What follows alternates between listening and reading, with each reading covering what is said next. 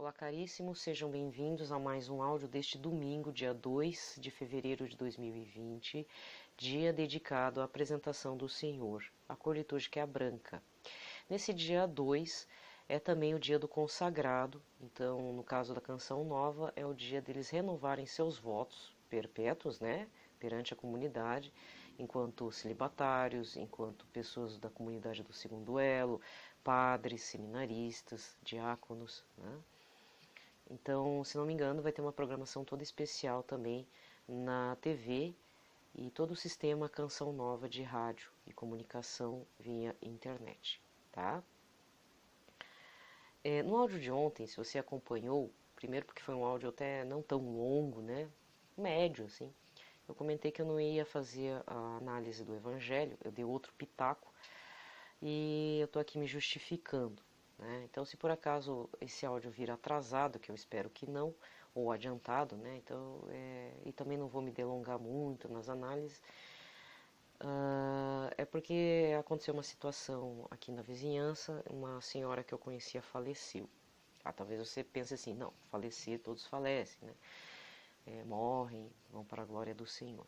Mas é que aconteceu uma situação, eu não estou criticando a pessoa que falou, mas já que aconteceu de novo isso, uma pessoa, eu cheguei, né, enfim, eu comentei que uma vizinha minha faleceu e aquilo mexeu muito comigo, porque eu não conhecia tanto a senhora quanto os filhos dessa senhora, aí já fui no velório e tudo. Como mexeu muito comigo, eu encontrei com digamos, uma terceira pessoa que não conhecia essa minha vizinha nem a família dela. Aí, não, mas o que aconteceu? Eu falei, não, ela estava doente já e tudo, né? Eu contando, né? Contextualizando. Não, ela estava doente, infelizmente não aguentou, né? Faleceu. Aí eu estou um pouco preocupada e tal. Ah, mas descansou. Veja bem, eu vou me utilizar dos pitacos que eu faço aqui, que é o espaço que eu tenho, né, para estar comentando coisas às vezes nada a ver com a liturgia do dia. Caro irmão, cara irmã, se você tem, é a mania, tá? Se você tem essa mania de falar para quem, para um familiar de alguém, um conhecido, alguém que você encontra que faleceu, você, mas descansou. Ainda mais quando essa pessoa que faleceu estava acamada, estava em coma, estava paraplégica, tetraplégica, ou ficou alguns dias numa situação assim inconsciente. Às vezes era uma pessoa com deficiência mental ou física, ou as duas coisas, né? As duas situações juntas. Era uma pessoa que já estava em tratamento, então estava fora do convívio familiar, mas estava sendo muito bem cuidada, era uma pessoa muito amada, não importa a idade, pode ser bebê, pode ser pessoa, uma criança, um adolescente ou até uma pessoa de idade. Eu vou só dar o meu testemunho. Por favor, não fale isso para a pessoa que está em luto. Isso dói e soa mal. E eu vou explicar o porquê. Então eu não estou criticando a pessoa que falou, inclusive aquilo mexeu tanto comigo porque eu gosto dessa pessoa. Acabei mandando um áudio de WhatsApp. Às vezes eu acho até que ela ficou chateada comigo. Mas eu tive que fazer uma espécie, não vou ter essa pretensão de dizer correção fraterna, mas eu tive que dizer com todas as letras que isso não é de bom tom e não pega bem, porque no final a pessoa enlutada pega a raiva da pessoa que fala uma coisa dessa. E eu vou explicar o porquê e é um motivo de eu me alongar nesse áudio. Tá? Então, quem teve uma situação de luto, perdeu uma pessoa, nessas situações que eu falei, nós cuidamos da pessoa, é o caso meu mesmo, também. Por isso que eu entendo o lado desses meus amigos, desses meus colegas que perderam a mãe recentemente, né? Quando a gente cuida da pessoa, um ente querido, um amigo, nessa situação, acamado, inconsciente, em UTI, em casa, na fralda, babando, é tetraplégico, com necessidades especiais, não interessa. Se a gente tiver um fio de esperança, vai parar no hospital, depois volta para casa, depois volta para o hospital. Se o médico desse uma certeza, assim, não dá mais para cuidar no hospital, a gente vai liberar, mas se você puder colocar em aparelho na sua casa, eu digo para você, querido irmão, querida irmã, tá?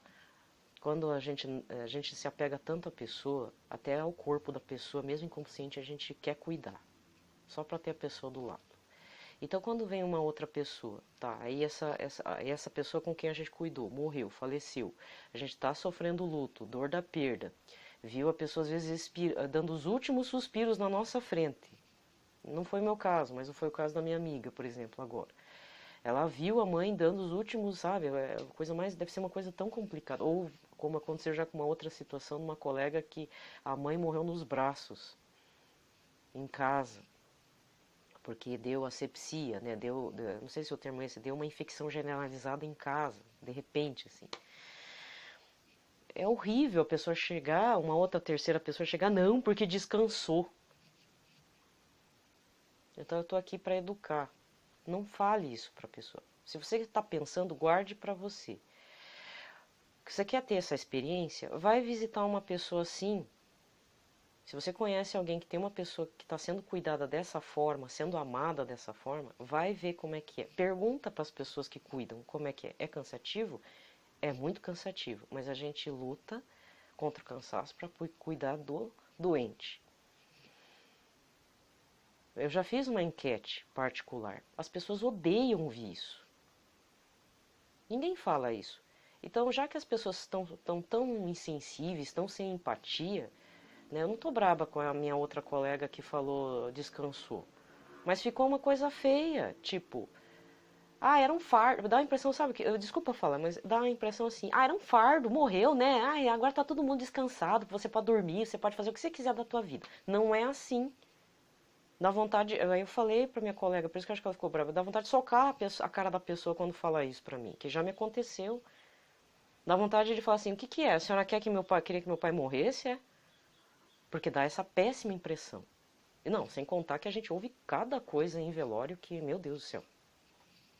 Porque, infelizmente, velório, hoje em dia, por conta desse negócio de partilha, inventário, não sei o quê, é a hora que a gente vê quem são as pessoas e o que passa no coração delas.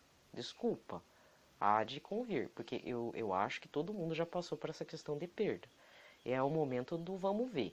Aí você sabe quem quer teu irmão mesmo, quem quer tua cunhada, e etc, etc. É a hora da verdade. O velório. Sabe? Não é o casamento, não. No casamento a gente vê muita inveja, né? Agora no velório é a hora do vamos ver. É a hora da verdade mesmo. Nua e crua. Mas eu não vou me fixar nesse assunto. Eu estou me fixando no sentido assim, dessas coisas que, se você não tem o que falar para a pessoa, primeiro, é um contra-testemunho gigante, principalmente se você é católico. Porque mesmo sendo cristão, católico, evangélico, você podia dizer assim, tá? Ó, a alma dessa pessoa, do seu pai, da sua mãe, do seu irmão, está com Jesus. Nós acreditamos na ressurreição. Tem que reforçar isso mesmo, sabe? Tem que reforçar isso. Agora, não fale que descansou. Isso parece que está cortando o assunto, está cortando a dor, já tá doendo. A pessoa vem com uma espada e tapa na cara, assim, com uma luva de ferro, sabe? Descansou. Só se for para você que descansou, né? Eu tô com um pouco de raiva, não é por conta da colega, não. É porque aconteceu uma situação aí também no velório, não vou ficar comentando, porque não faz parte da família, então não vem o caso. Mas a gente vê a verdade também de algumas situações. Deus está vendo, né? Então, desculpa o tom um pouco exaltado, mas assim, se passou pela tua cabeça, se você tem mania, porque às vezes a gente fala que nem papagaio mesmo, a gente, para encerrar o assunto, descansou. Não fale assim. Seja mais cristão e católico. Fale que está com Jesus e acreditamos na ressurreição. Ponto final. Estou rezando pela alma da pessoa. Isso ninguém faz, né? Nem para colocar o nome de alguém falecido, vizinho, porque, né? Ainda mais vizinho, né? Não coloca, né? Às vezes é o vizinho que mais contribuiu para sua paróquia. Porque tem aqueles vizinhos que move mundos e fundos, viu? Olha, se eu pudesse rezar para todo mundo que contribuiu efetivamente na paróquia, para ter um local arejado, bem iluminado, com tudo bonitinho, limpo assim, né? Não é uma coisa pau a pique. Temos que agradecer a todos os dizimistas falecidos, a todos os ministros de Eucaristia que dedicaram sua vida e que faleceram. Né? Aqui tem vários. Né? E aí? Sabe?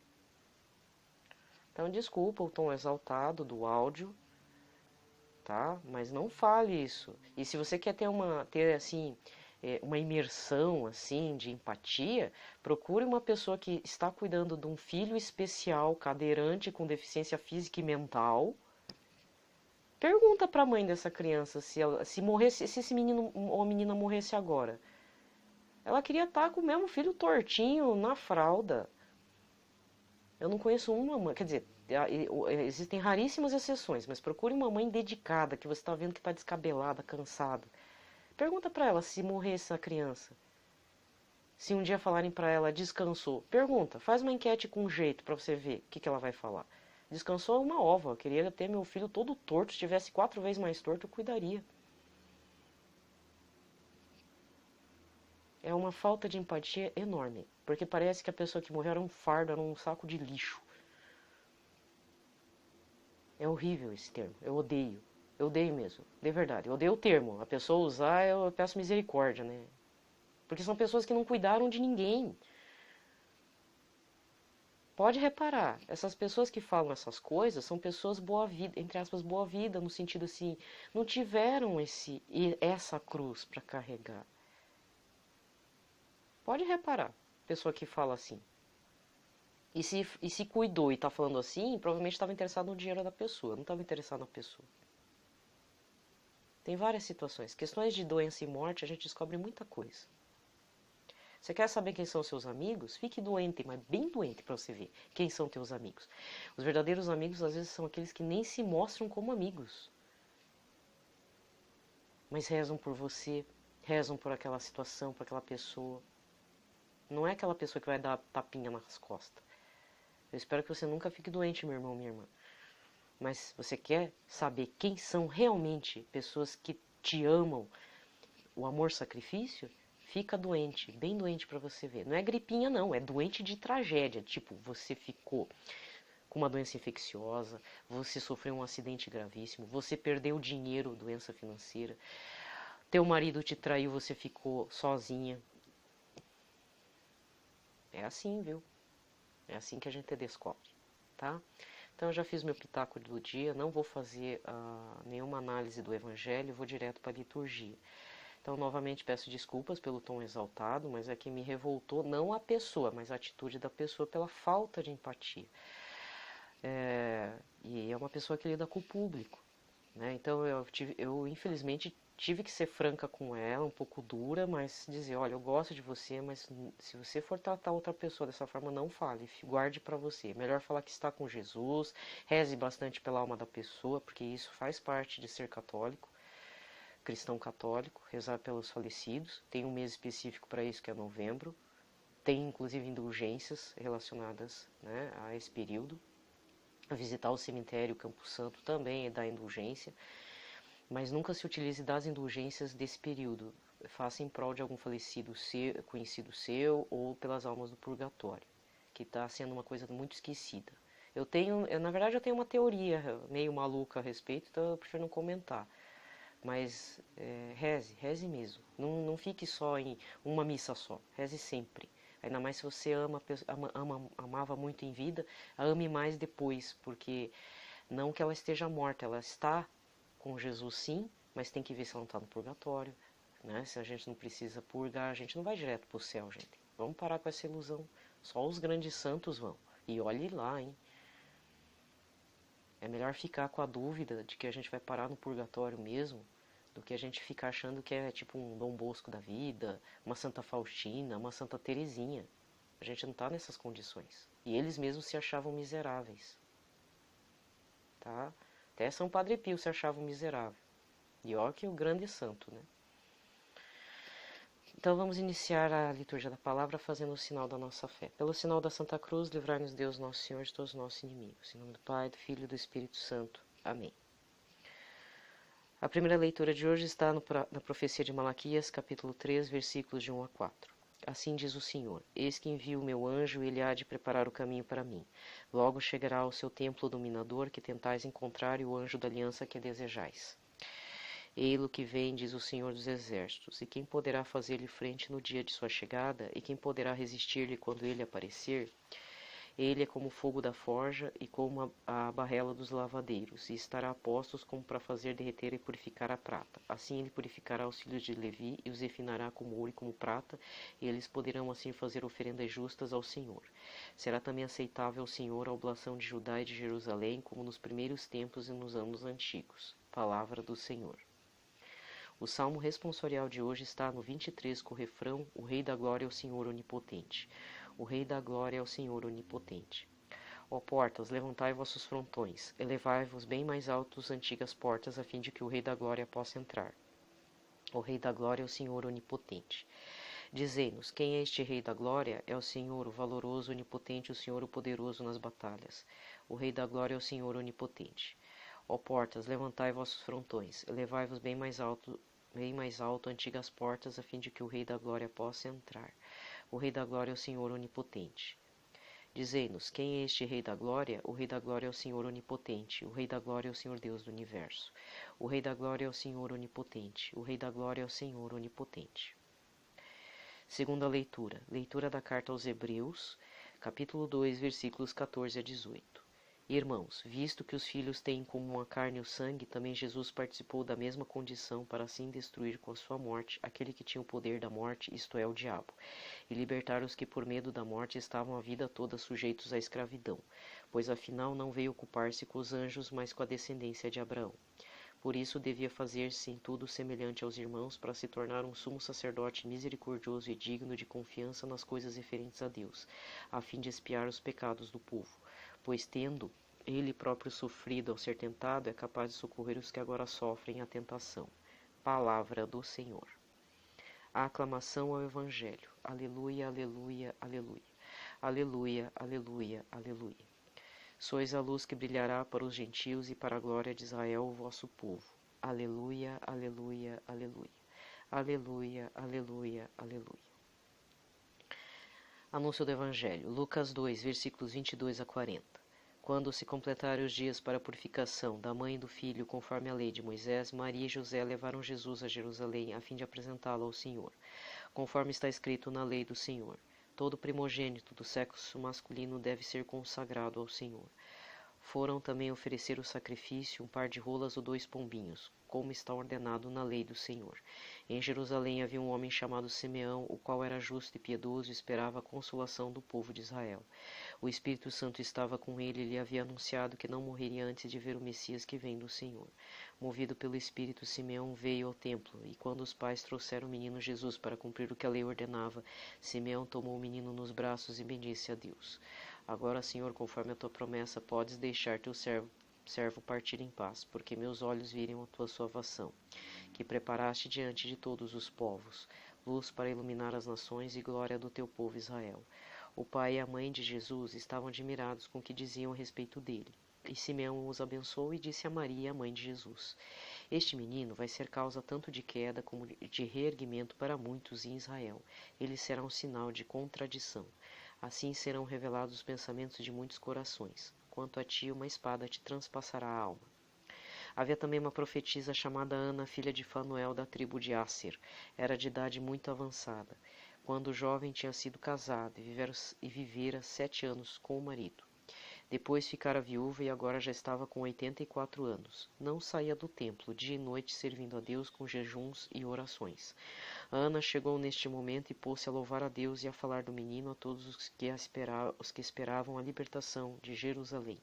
Depois de cumprirem tudo, conforme a lei do Senhor, voltaram a Galiléia para Nazaré, sua cidade. O menino crescia e tornava-se forte, cheio de sabedoria, e a graça de Deus estava com ele. Palavra da salvação. Aqui termina a liturgia da palavra, e eu espero que você, tanto eu como vocês, se consagrem ao Senhor nesse dia. É muito importante. Não é só consagrar a nossa vida, a nossa alma, o nosso espírito. É consagrar tudo. E quando eu falo tudo, é todos os nossos projetos, sonhos, que depois Deus vai revelando que são meras ilusões, que não fazem parte da vontade de Deus. Pessoas falecidas também podem ser consagradas. Pessoas que estão para nascer, você que está querendo ficar grávida, ou ser pai, ou seu ministério, enfim, tudo. Desejo a todos a paz de Cristo, sendo levados pela mão por Nossa Senhora e São José. E que São Miguel Arcanjo nos proteja em todas as horas. Paz e bem.